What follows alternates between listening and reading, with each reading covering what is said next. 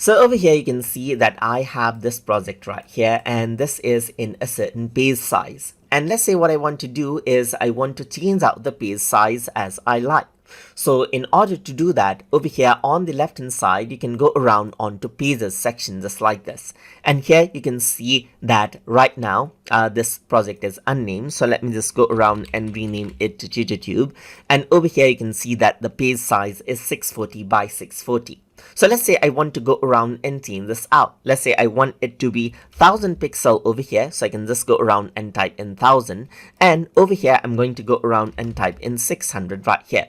But right now, as I type in 1000, you can see that it actually goes around and changes out the whole canvas size right here. The entire canvas size changes out. Let me just go around and unlock this, and what happens is that I can change the width and height independently over here, as you can see. So now the width is 1000 and now you can see that the height is 600 pixels right here, and that is what I can do. I can also go around and change out other values right here to, let's say for example, I can base it off inches right here, and I can go around and change around the dots per inch right here. That is the resolution as well.